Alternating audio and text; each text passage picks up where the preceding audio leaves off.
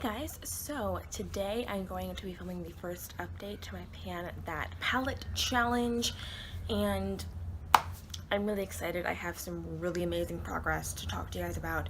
So I'm going to get started with talking about the face palette. If you guys saw my intro, you know that I'm panning both a face palette and an eye palette. So this is the Becca Sun Chaser face palette, and this is what it looks like now. There's not really a ton of progress on the bronzer or the blush. I mean, I've been using both. It's not like I haven't been using them, but you just need such little product to get them to show up that I don't really dig into them that much. And I have found that using too much of the bronzer is actually pretty easy to accomplish. Like, I can look like a new balloon butt in 2 seconds if I go overboard. So I'm gonna struggle with the blush and the bronzer, but with the highlight, this is Opal, and I've already hit pan on it. I definitely think that I can finish the highlighter. I think I can maybe finish the blush and bronzer too, but it's gonna take quite a while.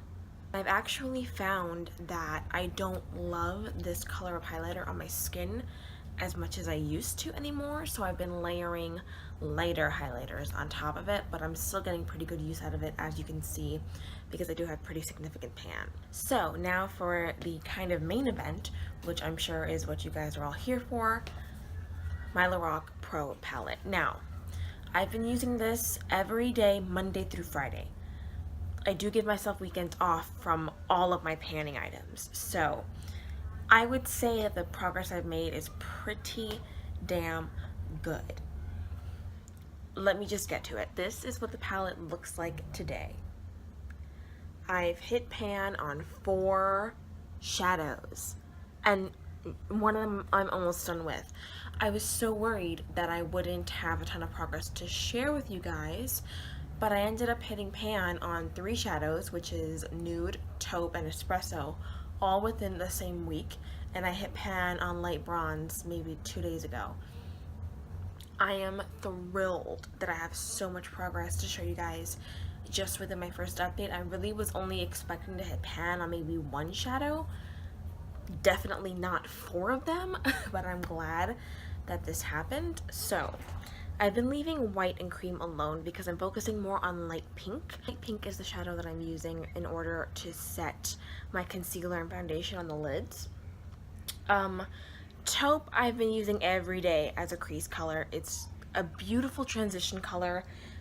A lot of the times I've been pairing taupe and light bronze together as just a really like natural look with maybe a little bit of sable, like to deepen things up. And then for Espresso, I've been using Espresso every day as my brow shade, and I think it's a really good color match for my brows, so that's why I've been using that.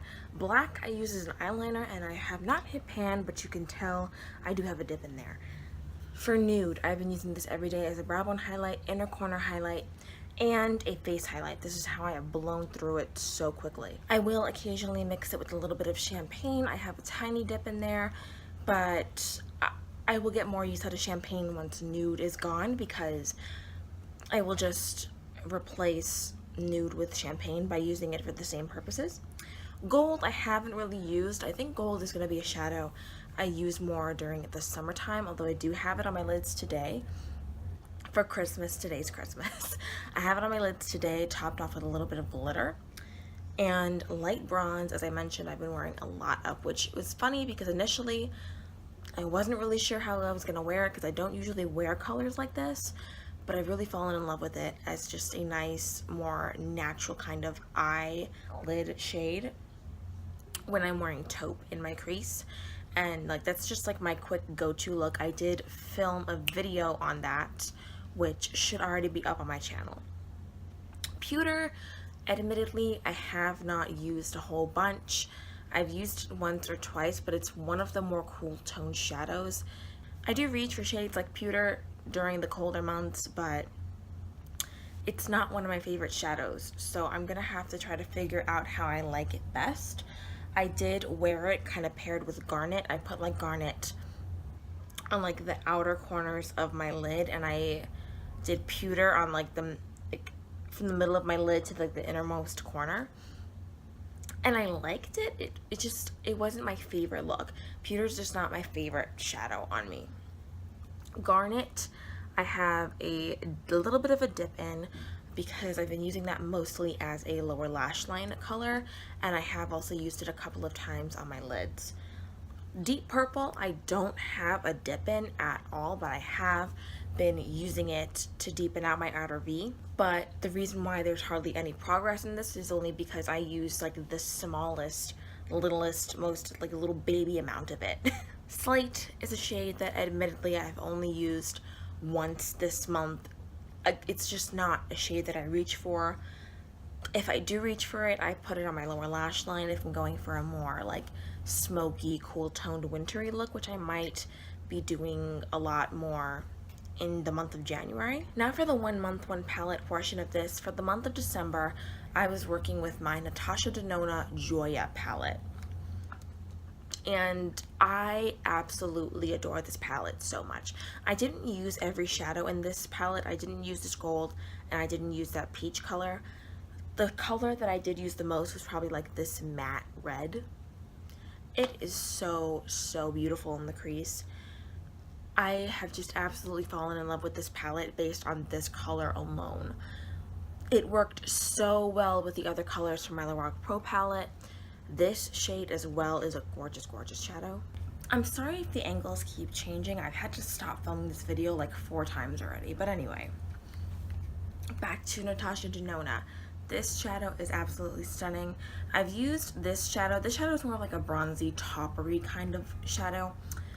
I used that maybe once or twice. I didn't get the most use out of it, but overall, I do really love this palette. Now, introducing my 1 month 1 palette for the month of January. I have decided to throw in my Kathleen Lights and ColourPop Dream Street palette. This is the newest palette in my collection, and I wish that I would have gotten this in December because this palette just screams Christmas to me, but I think the mattes in this palette will go really, really well with the colors in my Lorac Pro palette. I'm using a combination of both palettes today, and I love the look that came out of it. I was actually planning on using my Magnetic Tarte palette of all my single shadows as my 1 month 1 palette for January, but using this palette today in conjunction with my Lorac Pro palette for my Christmas look, I just think that these palettes work really well together. I love the look that I came up with, so I want to play with this palette a little bit more and see what I can come up with these 2 palettes together. And I do think that with some of these like greens, like that matte green, the shimmery green, this like kaleidoscope color here, it's called kaleidoscope. I think with those kind of greens, I can come up with a look using slate maybe. I'm not sure. Maybe I'll film that if I can think of something to put together. But yeah, overall, I am absolutely thrilled with the progress that I made this month. I'm so, so excited for this year of panning the Lorac Pro palette.